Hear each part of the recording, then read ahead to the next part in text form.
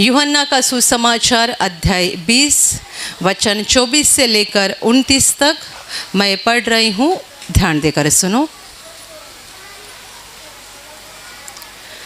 परंतु 12 में से एक अर्थात थोमा, जो दिदुमुस कहलाता है, जब यीशु आया तो उनके साथ न था।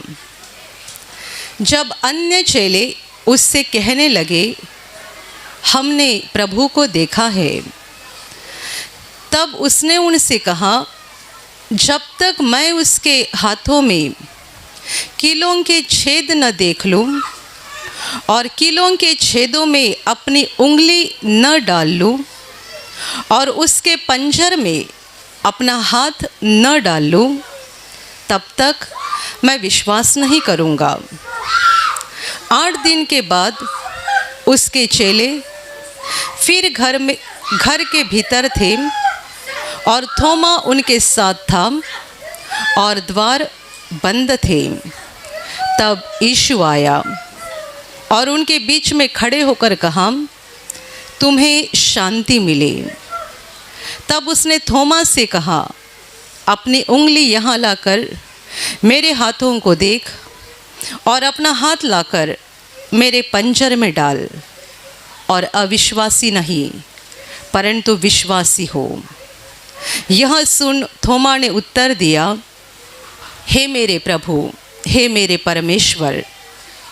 यीशु ने उससे कहा, तूने मुझे देखा है क्या, इसलिए विश्वास किया है? धन्य वे हैं जिन्होंने बिना देखे विश्वास किया। Hallelujah, hallelujah, hallelujah, hallelujah, hallelujah, hallelujah, hallelujah. मेरे प्यारे भाई और बहनों, परमेश्वर का पुत्र यीशु मसीह 2000 साल पहले इंसान बनकर धरती पर आया था। मनुष्यों के पापों का दंड लेकर वो क्रूस पर बलिदान करने के लिए आया था। मनुष्यों को पापों से मुक्ति दिलाने के लिए उसे क्रूस पर अपना लहू बहाना था और ये अपने मकसद को उसने कई बार चेलों को बताया था और आगे ये भी बताया था कि उसके मरने के तीसरे दिन बाद वो जिंदा होने जा रहा है। जब प्रभु ने ये सच्चाई अपने चेलों के सामने पेश की थी, उनको बताया था, तब चेले इस बात को समझ नहीं पा रहे थे कि कैसे हमारे प्रभु को पकड़ा जाएगा, कैसे उसको सताया जाएगा, कैसे वो मर जाएगा और मरने के तीसरे दिन बाद जिंदा उठेगा। ये सारी बातें उनकी समझ में नहीं आ रही थी क्योंकि ये उनके दिमाग से बाहर की बात थी। Hallelujah, hallelujah, hallelujah. जब प्रभु उनको अपने दुख सहने के बारे में और मौत के बारे में बता रहा था, तब माहौल ऐसा था कि प्रभु के सामने कोई भी विरोधी खड़ा नहीं रह सकता था। वो ऐसे अद्भुत काम और ऐसा स्वर्ग का ज्ञान प्रकट करता था कि कोई भी दुश्मन या कोई भी विरोधी उसके सामने टिकता नहीं था। और ऐसे समय में प्रभु अपने मौत की बात कर रहा है, चेले नहीं समझ पाए। मरने के बाद वो जिंदा होने वाला है तीसरे दिन, ये भी बात चेलों के समझ में नहीं आई जो कि प्रभु ने उनको कई बार बताई थी। Hallelujah, hallelujah. और जैसा कि प्रभु ने बताया था वैसा ही हो गया। उसको पकड़ा गया, सताया गया, उसका छल किया गया और अंत में उसको क्रूस पर चढ़ाया गया। क्रूस पर प्रभु यीशु मर गया हमारी मुक्ति के लिए, हमारे पापों के लिए। पर यहाँ कहानी ख़त्म नहीं होती है क्योंकि प्रभु ने अपने मृत्यु के साथ साथ जी उठने की भी भविष्यवाणी पहले ही कर रखी थी। प्रभु यीशु क्रूस पर मरा, उसके चेलों ने उसके शरीर को क्रूस पर से उतारा और उसकी लाश को कब्र में रख दिया। कब्र के ऊपर बड़ा पत्थर रख दिया क्योंकि उनके हिसाब से प्रभु मर गया, यानी अभी सब कुछ खत्म हो गया।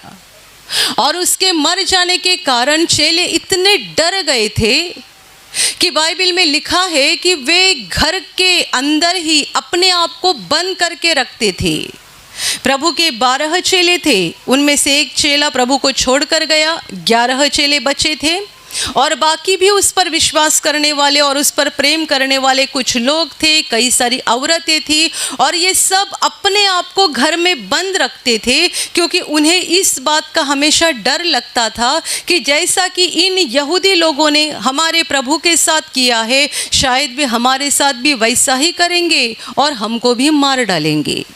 Hallelujah, hallelujah, hallelujah.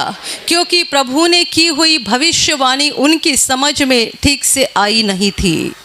प्रभु कब्र में था, यानी उसका मरा हुआ शरीर, उसकी लाश वहाँ कब्र में थी और उसने कहा था तीसरे दिन मैं जिंदा होने वाला हूँ और बराबर तीसरे दिन प्रभु यीशु जिंदा हो गया। Hallelujah, hallelujah, hallelujah. आसमान से स्वर्गदूत उतर आए और उन्होंने कब्र के ऊपर बड़ा पत्थर रखा था, उस पत्थर को हटा दिया और जीवित प्रभु उस कब्र से बाहर आ गया। उसके बाद ऐसा हो गया कि चेलों को कई सारे सबूत मिलते गए कि प्रभु जिंदा हो गया है। सबसे पहला सबूत ये मिल गया कि सप्ताह के पहले दिन कुछ औरतें जो प्रभु पर प्रेम करती थी वो कब्र में जाकर उसके शरीर को कुछ तो सुगंधित द्रव्य लगाना चाहती थी। वो जब कब्र के पास पहुंची आपस में ये बातें कर रही थी कि हमारे लिए पत्थर को कौन हटाएगा, इतना बड़ा पत्थर कब्र के ऊपर रखा हुआ है, हम तो सारी औरतें हैं, कोई मर्द हमारे साथ नहीं है, तो पत्थर को कौन हटाएगा। ऐसा बोलते बोलते बिल्कुल भोर के समय यानी थोड़ा थोड़ा अंधकार था, ऐसे समय वो पहुंची और देखा कि पत्थर को तो पहले ही किसी ने हटा दिया है। अंदर जाकर देखी तो वहां प्रभु का शरीर नहीं है और स्वर्गदूत खड़ा दिखाई दिया। स्वर्गदूत ने कहा वो यहाँ नहीं है, वो जिंदा हो गया है। याद करो उसने क्या बताया था, उसने तुम्हें पहले क्या बताया था उसकी याद करो। उसने पहले ही बोला था कि तीसरे दिन वो जिंदा होने वाला है। तो जाओ और उसके चेलों को बताओ कि तुम्हारा प्रभु जिंदा हो गया है। सबसे पहली खबर इन औरतों को मिली जो सवेरे सवेरे कब्र के पास गई थी। उन्होंने प्रभु की लाश को वहां नहीं पाया बल्कि स्वर्गदूत को देखा और स्वर्गदूत से उनको संदेश मिल गया कि प्रभु जिंदा हो गया है। ये औरतें दौड़ते दौड़ते गई क्योंकि वे भी डरी हुई थी, प्रभु के चेलों के पास गई जहां वे एक कमरे में बंद थे और वहां जाकर उनको कहने लगी कि हम प्रभु के कब्र के पास गए थे पर वहां प्रभु का शरीर नहीं दिखाई दिया, वहां एक स्वर्गदूत नजर आया, उसने हमें ऐसा ऐसा बता दिया। वे चेले बोलने लगे तुम पागल हो गई हो, क्या कभी ऐसा हुआ है कि मरा हुआ व्यक्ति जिंदा होकर कब्र से बाहर आता है? तुम पागल हो गई हो। वे औरतें बोलने लगी नहीं सच है, हमने खुद देखा है, अपनी आंखों से देखा है।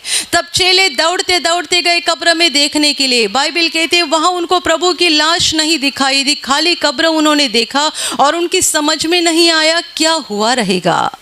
क्या जिन लोगों ने प्रभु को मारा वे उसके शरीर को लेकर गए होंगे? क्या हुआ रहेगा? क्योंकि उनको स्वर्गदूत नहीं दिखाई दिया। वे आपस में चर्चा करते करते वापस कमरे में आ गए और वापस से डर के मारे उसी घर में बैठे रहे। ये सोच रहे थे कि हमारे प्रभु के शरीर का क्या हुआ रहेगा। हमने तो देखा था उस कब्र में रखा हुआ, उस कब्र के ऊपर बड़ा पत्थर भी था, अभी पत्थर भी हटाया गया है, प्रभु का शरीर भी नहीं है, कहाँ होगा हमारे प्रभु का शरीर। और जब उनकी वैसी बातें चल रही थी तब उनके बंद घर में प्रभु यीशु प्रकट हो गया। Hallelujah, hallelujah, hallelujah. दरवाजे खिड़की बंद थी पर अभी प्रभु पुनरुत्थित हो चुका था तो उसे दीवारों की कोई रुकावट नहीं थी। बंद कमरे में प्रभु प्रकट हो गया और प्रभु ने उनको कहा तुम्हें शांति मिले। जैसे ही चेलों ने प्रभु को देखा पहले उनको बड़ा डर लग गया, उन्हें ऐसा लगा कि हम कुछ तो भूत देख रहे हैं क्योंकि उन्होंने प्रभु को मरे हुए देखा था। हम भूत देख रहे हैं ऐसा उनको लग रहा था। इसलिए प्रभु ने उनको कहा कि जरा नजदीक आकर मुझे देखो, जांचो, जैसे मुझे हड्डी है मांस है वैसे भूत को नहीं होती है। Hallelujah, hallelujah.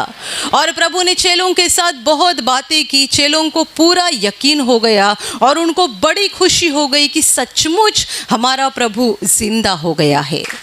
Hallelujah, hallelujah.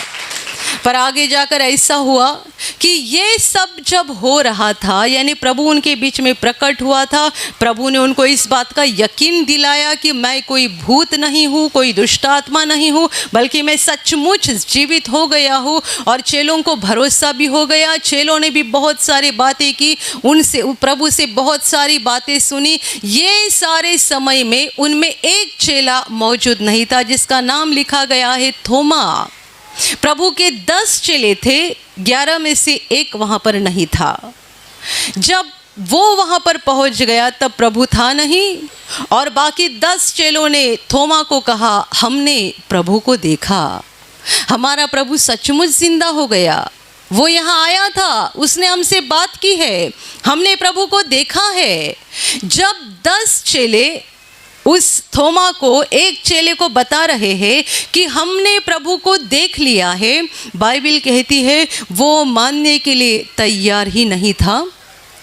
वो कहता है कि जब तक मैं उसके हाथों में, जहाँ कीले लगाए गए थे, उसके हाथों में छेद न देखूं और उस छेद में अपनी उंगली न डालूं, और जब तक उसके पंजर में अपना हाथ न डालूं, क्योंकि प्रभु के पंजर को मरने के बाद भाले से बेधा गया था, तो वो कहता है कि उस पंजर में जब तक मैं अपना हाथ न डालूं और उस छेद में अपनी उंगली न डालूं, तब तक मैं विश्वास नहीं करूंगा। Hallelujah, hallelujah, hallelujah, hallelujah. देखो, दूसरे पराये लोग नहीं बल्कि उसके ही साथी उसको बता रहे हैं, और 1 2 नहीं 10 जन बता रहे हैं, हमने प्रभु को देखा, प्रभु सचमुच जीवित हो गया है, वो आया था यहाँ पर, हमसे बहुत समय तक बातें की है। कोई एक व्यक्ति को मरी हुई व्यक्ति दिखाई देती है तो हम कहते हैं इसको भूत दिखाई दिया, पर क्या इन लोगों के बारे में ऐसा बोल सकते हैं 10 व्यक्तियों ने एक साथ कभी भूत को देखा है? ये 10 व्यक्तियों ने देखा, और यहाँ तक कि प्रभु ने कहा मुझे जांचो, क्योंकि प्रभु जिस शरीर में मर गया था उसी शरीर में जिंदा हो गया था। उसे हड्डी भी थी, मांस भी था, और प्रभु कहता है जांचो मुझे, जैसा तुम मेरा शरीर देख रहे हो हड्डी का और मांस का, वैसा शरीर भूत के पास नहीं होता है, क्योंकि भूत तो एक आत्मा होती है। प्रभु बस आत्मा नहीं था बल्कि वो शरीर रूप में था। वो कहता है मुझे जांचो। चेलों ने सारी जांच की थी और अभी ये बता रहे हैं इसको हमने देखा है प्रभु को, तो भी वो बोल रहा है जब तक मैं उसके हाथों में उंगली न डालूंगा जहाँ पर छेद पड़ गए हैं, और उसके पंजर में अपना हाथ न डालूंगा, तब तक मैं विश्वास न करूंगा। बाइबल कहती है और अगले 8 दिन के बाद जब वे कमरे में बंद थे और थोमा भी उनके साथ था, तब उस बंद घर में प्रभु यीशु दोबारा प्रकट हो गया, और दोबारा वहाँ आकर प्रभु ने उनसे कहा तुम्हें शांति मिले। Hallelujah, hallelujah, hallelujah, hallelujah. ये दूसरी बार प्रभु उनके सामने प्रकट हो गया, जबकि दरवाजे खिड़कियां सब कुछ बंद थे, और बंद घर में प्रभु दोबारा आ गया। थोमा वहाँ पे था। प्रभु ने पहला वाक्य कहा तुम्हें शांति मिले, और इसके बाद थोमा की ओर मुड़कर कहा यहाँ मेरे पास आ जा, मेरे हाथ में जहाँ छेद है उसमें अपनी उंगली डाल, और मेरे पंजर में जहाँ भाले ने बेधा गया है वहाँ अपना हाथ डाल। अविश्वासी मत रहना, विश्वासी बन जाना। Hallelujah, hallelujah, hallelujah. थोमा बड़ा अचंभित हो गया। उसने प्रभु को सचमुच अपने आंखों के सामने देखा था, उसके हाथ में छेद देखे थे, उसके पंजर को उसने देखा था, और वो कहता है मेरा प्रभु, मेरा परमेश्वर। यीशु कहता है क्या तूने मुझे देखा इसीलिए विश्वास किया है? धन्य वे हैं जो बिना देखे विश्वास करते हैं। Hallelujah, hallelujah, hallelujah, hallelujah. इस एक घटना से हम एक बात को बड़े अच्छे से समझते हैं कि परमेश्वर जब हमारे दिल में उसके लिए एक नेक ईमानदार विश्वास देखता है तब परमेश्वर को बड़ा आनंद होता है, और जब हम अविश्वास दिखाते हैं प्रभु बड़ा नाराज हो जाता है। थोमा ने क्या कहा, जब तक मैं उस छेद को नहीं देखूंगा, उसके पंजर में अपना हाथ नहीं डालूंगा, तब तक मैं विश्वास नहीं करूंगा। और प्रभु के प्रकट होने के बाद प्रभु सबसे पहले उसको ही पुकार रहा है, आ मेरे पास, पूरी जांच कर पर विश्वास कर, विश्वासी बन जा, अविश्वासी नहीं रहना। जब हमारे दिल में परमेश्वर के लिए अविश्वास होता है परमेश्वर बहुत नाराज होता है, पर जो दिल उसके ऊपर विश्वास करता है और वो भी एक छोटे बालक के समान विश्वास करता है, ऐसे दिल के ऊपर परमेश्वर बहुत प्रसन्न होता है। और इसीलिए बाइबल का वचन कहता है, बिना विश्वास उसे प्रसन्न करना अनहोना है। Hallelujah, hallelujah, hallelujah, hallelujah. बिना विश्वास उसे प्रसन्न करना अनहोना है। परमेश्वर हमारा विश्वास देखकर बड़ा खुश होता है और परमेश्वर हमारा अविश्वास देखकर बड़ा नाराज होता है। हम बाइबल में एक घटना को पढ़ते हैं जब प्रभु अपने चेलों के साथ नाव में था और समुंदर के बीचों बीच वे थे। बहुत तूफान शुरू हो गया, नाव पानी से भरने लगी, पर प्रभु उस नाव में शांति से सोया हुआ था। चेले बहुत डर गए, आंधी तूफान रुक नहीं रहा है, नाव में पानी भरते जा रहा है, पानी भरते जा रहा है और उन्हें ऐसा लगने लगा अभी खत्म हो गया, हम सब डूबकर अभी मर जाएंगे। ये सारे भयानक माहौल के समय प्रभु बड़ी शांति से नाव में सोया हुआ था। उन्होंने हिला हिला कर जगाया और कहा, प्रभु जी उठो, हम डूबते जा रहे हैं, हम नाश होते हुए जा रहे हैं, हम डूब रहे हैं, तुम्हें नींद कैसे लग सकती है। Hallelujah, hallelujah, hallelujah. सारे चेले डर गए हैं कि नाव में पानी भरते जा रहा है, भरते जा रहा है, तूफान रुकने का नाम नहीं ले रहा है और प्रभु शांति से सोया हुआ है। तो उन्होंने हिलाकर जगाया और कहा, हम नाश होते हुए जा रहे हैं, उठो, जाग जाओ। चेलों ने प्रभु को जगाया, प्रभु उठा। पहले चेलों से नहीं बात की, पहले हवा से बात की और समुंदर से बात की, क्योंकि वो मनुष्य नहीं परमेश्वर है। जैसे हम इंसान के साथ बातें करते हैं वैसे वो पहाड़, पर्वत, नदियाँ, तालाब, समुंदर, पंछी, प्राणी, हवा किसी के साथ भी बातें कर सकता है। जब चेलों ने कहा उठो, हम डूबते जा रहे हैं, प्रभु उठा पर उनसे बात नहीं की। हवा को कहा चुप रहे, समुंदर को कहा शांत हो जा, और जैसे ही प्रभु ने कहा चुप रहना, शांत हो जाओ, हवा थम गई, रुक गई, पानी शांत हो गया,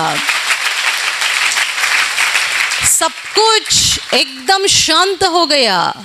और फिर वो चेलों की ओर मुड़ा और उनको कहा, हे अल्प विश्वासी, तुमने क्यों संदेह किया? तुम्हारे दिल में क्यों विश्वास नहीं है? मैं जीवन का प्रभु हूँ, स्वर्ग और पृथ्वी का मालिक, समुंदर को बनाने वाला, हवा को बनाने वाला। क्या मेरे साथ तुम लोग डूब जाओगे?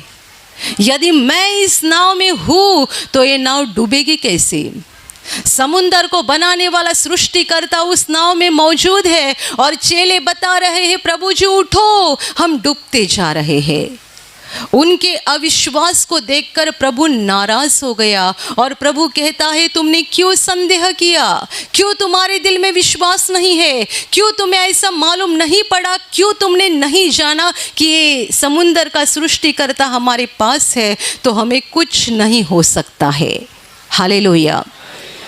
जब संकट और दुख की घड़ी आती है और हम इन चेलों की तरह डर जाते हैं, प्रभु को वैसा ही लगता है जैसा उसको चेलों के बारे में लगा था।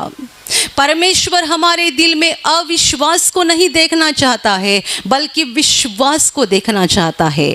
आज 2000 साल बाद भी जितने सारे लोग प्रभु यीशु के पास विश्वास से मांगते हैं, प्रार्थना करते हैं, सबों को परमेश्वर जवाब देता है, उनकी प्रार्थना को सुनता है, उनके लिए अद्भुत काम करता है।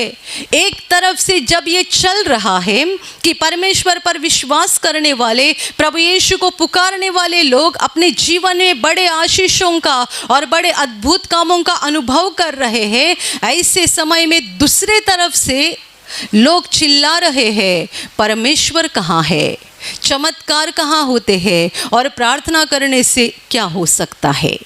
Hallelujah, hallelujah, hallelujah, hallelujah. ये यहाँ पर एक स्टेज पर एक भाई ने बहुत खूबसूरत गवाही बताई।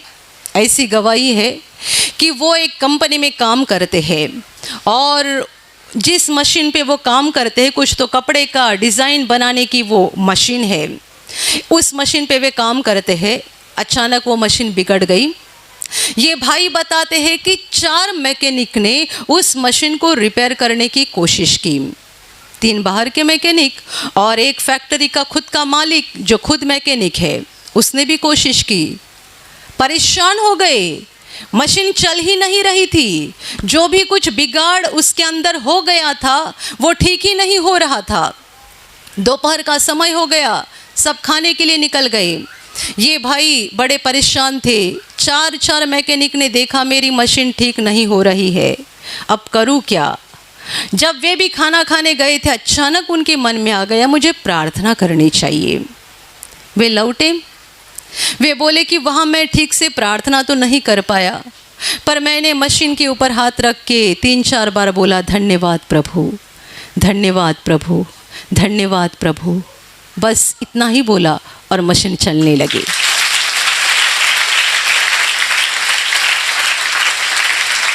Hallelujah, hallelujah, hallelujah. मुझे गवाही बहुत अच्छी लगी। भाई ने बहुत बड़े बड़े शब्द में कुछ प्रार्थना नहीं की, साधे शब्द बोले, धन्यवाद प्रभु, धन्यवाद प्रभु, धन्यवाद प्रभु। मशीन चलने लगी। कुछ समय के बाद मैकेनिक आ गए मशीन को रिपेयर करने के लिए, तो उन्होंने देखा कि मशीन तो बराबर चल रही है और ये भाई काम भी कर रहे, कपड़े का डिज़ाइन भी बना रहे उसके ऊपर। तो उस मैकेनिक ने ये भाई से नहीं पूछा, बल्कि पास के व्यक्ति से पूछा कि इसका मशीन तो बंद था, चलने कैसे लगा। वो भाई बोले, जो पास के थे, जिसको मैकेनिक ने पूछा, उसने कहा पता नहीं क्या हुआ, पर वो सीने पे हाथ रख के कुछ तो बड़बड़ कर रहा था। ये सीने पे हाथ रख के कुछ तो बड़बड़ा रहे थे और उसके बाद मशीन शुरू हो गई। तो मैकेनिक इसके पास आ गए और बोले कि सच में बताओ, कुछ तो झूठ बता रहे हैं, बताओ क्या किया तुमने। हमने इतनी कोशिश की, मशीन शुरू नहीं हुई, अभी तुमने क्या किया, तुम तो मैकेनिक नहीं हो, चालू कैसे हो गई। वो कहते ये मैंने नहीं किया, मेरे प्रभु ने किया।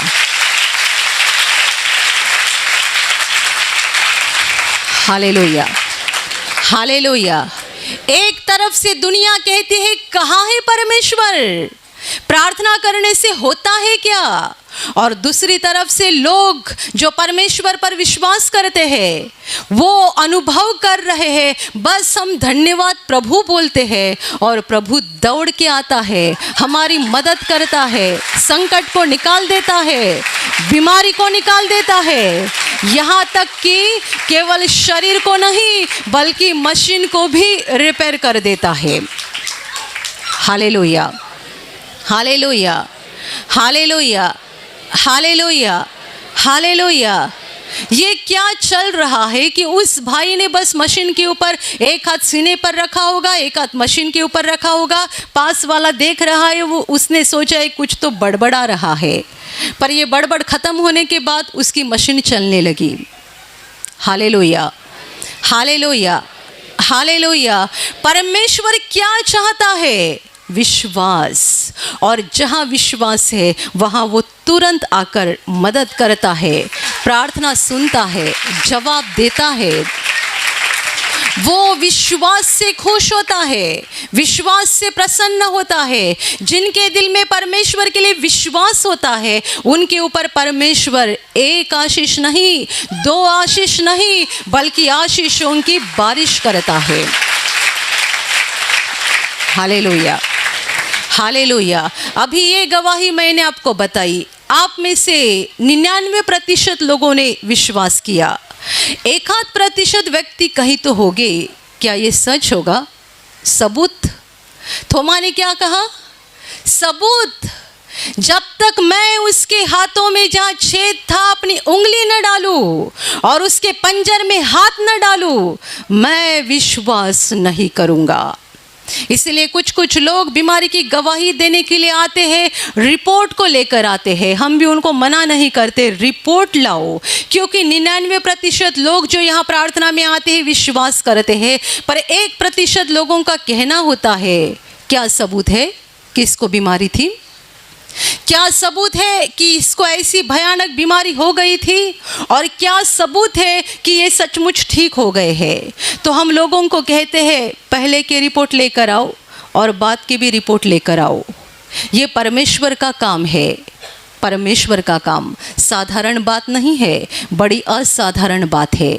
जिनको शक लेना है उनके सामने भी हम पेश करते हैं। देखो, पहला रिपोर्ट, बाद का रिपोर्ट, अभी तो विश्वास करो। प्रभु कहता है अभी तो विश्वास करो, विश्वासहीन मत रहना, अविश्वासी नहीं रहना, विश्वासी बन जाना। क्योंकि अविश्वासी रहने से कोई मतलब नहीं है, कोई फायदा नहीं है। अविश्वासी लोगों के ऊपर परमेश्वर नाराज रहता है। हम परमेश्वर के ऊपर अविश्वास दिखाते हैं तब परमेश्वर के दिल को हम दुख देते हैं।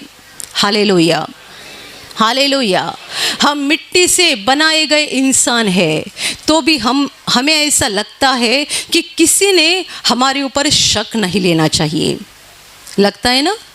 शक नहीं लेना चाहिए, अविश्वास नहीं करना चाहिए।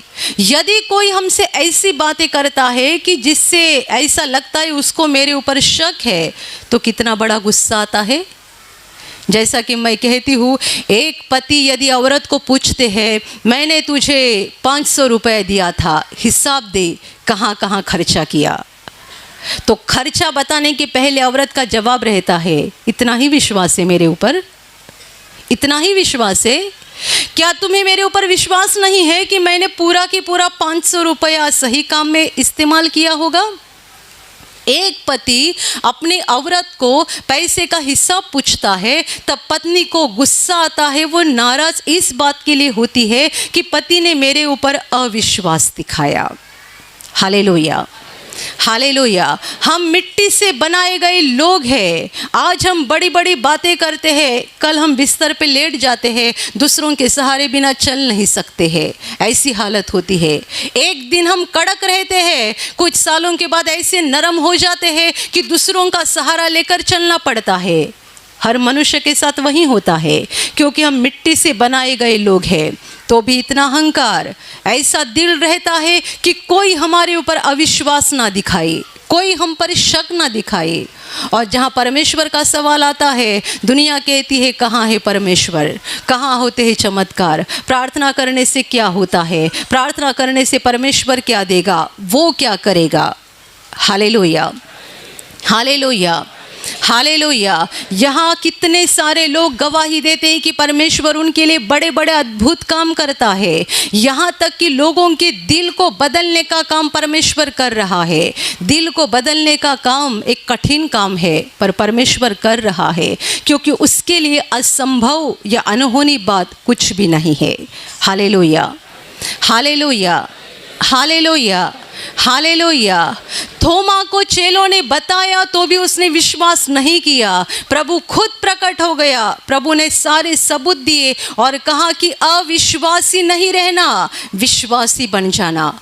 उसके बाद तो उसने विश्वास किया, क्योंकि उसने सारे सबूतों को पाया था। पर प्रभु जवाब देता है, क्या तूने मुझे देखा इसलिए विश्वास किया? धन्य वे है जो बिना देखे विश्वास करते हैं। Hallelujah, hallelujah. मैंने आपको एक भाई की गवाही बताई कि प्रभु ने उसके लिए कैसा काम किया। आपने कुछ सबूत नहीं देखे तो भी आपने विश्वास किया। प्रभु कहता है धन्य वे हैं जो बिना देखे विश्वास करते हैं। Hallelujah, hallelujah. जो बार बार सबूत नहीं मांगते, सबूत चाहिए। सबूत क्या है? सबूत क्या है? सबूत क्या है? जो बिना सबूत मांगे सुनी हुई प्रभु की महिमा की बात के ऊपर विश्वास करते हैं, प्रभु कहता है वे धन्य लोग हैं। क्यों धन्य है? क्योंकि उनका दिल बच्चों के समान है। और यदि उनका दिल बच्चों के समान है और वे बालक के समान परमेश्वर के राज्य को ग्रहण कर रहे हैं, तो परमेश्वर का अनुग्रह उनके ऊपर हो गया है। परमेश्वर उनके ऊपर खुश है और परमेश्वर उनको जीवन में आशीषों से भर देगा, क्योंकि वो ऐसा ही दिल चाहता है जो उस पर सच्चे हृदय से विश्वास करता है। हालेलुया। दिल का कड़कपना, कठिनपना पूरी तरीके से निकाल डालो। परमेश्वर के लिए सौम्य बन जाओ, नम्र बन जाओ। परमेश्वर के लिए एक छोटे बालक के समान बन जाओ और परमेश्वर की बातों को, परमेश्वर के राज्य की बातों को छोटे बालक के समान ग्रहण करो। छोटे बालक के समान उसका स्वीकार करो तो परमेश्वर को आपके ऊपर बड़ी खुशी हो जाएगी। वो आपके ऊपर प्रसन्न हो जाएगा और आपका जीवन आशीषों से भर देगा। हालेलुया। विश्वास के कारण हम परमेश्वर के आशीषों को पाते हैं। विश्वास के कारण हम परमेश्वर के लाडले लोग बन जाते हैं। विश्वास के कारण हमारा जीवन परमेश्वर की रोशनी से भर जाता है और इसी विश्वास के कारण हम पापों की क्षमा पाते हैं। इसी विश्वास के कारण हमारा नाम स्वर्ग में लिखा जाता है और इसी विश्वास के कारण एक दिन हम स्वर्ग में पहुंचने वाले हैं। हालेलुया। पापों की क्षमा विश्वास के द्वारा उपलब्ध है। अनंत जीवन विश्वास के द्वारा उपलब्ध है। जितनों ने विश्वास किया है प्रभु यीशु मेरे लिए क्रूस पर मरा है, मेरे पापों का बोझ उसने उठाया है। मैं पापी ज़रूर हूँ पर उसने मेरे पापों को लिया है, ऐसा जितने विश्वास करते हैं और यीशु को अपने हृदय में प्रभु और उद्धारकर्ता के रूप में ग्रहण करते हैं और इसी विश्वास में चलते रहते हैं, वे परमेश्वर के बच्चे बन जाते हैं। परमेश्वर उनका जीवन आशीषों से भर देता है और ये सारे लोग यहाँ का जीवन खत्म होने के बाद स्वर्ग में पहुँचेंगे और अनंत काल परमेश्वर के साथ रहेंगे। Hallelujah, hallelujah.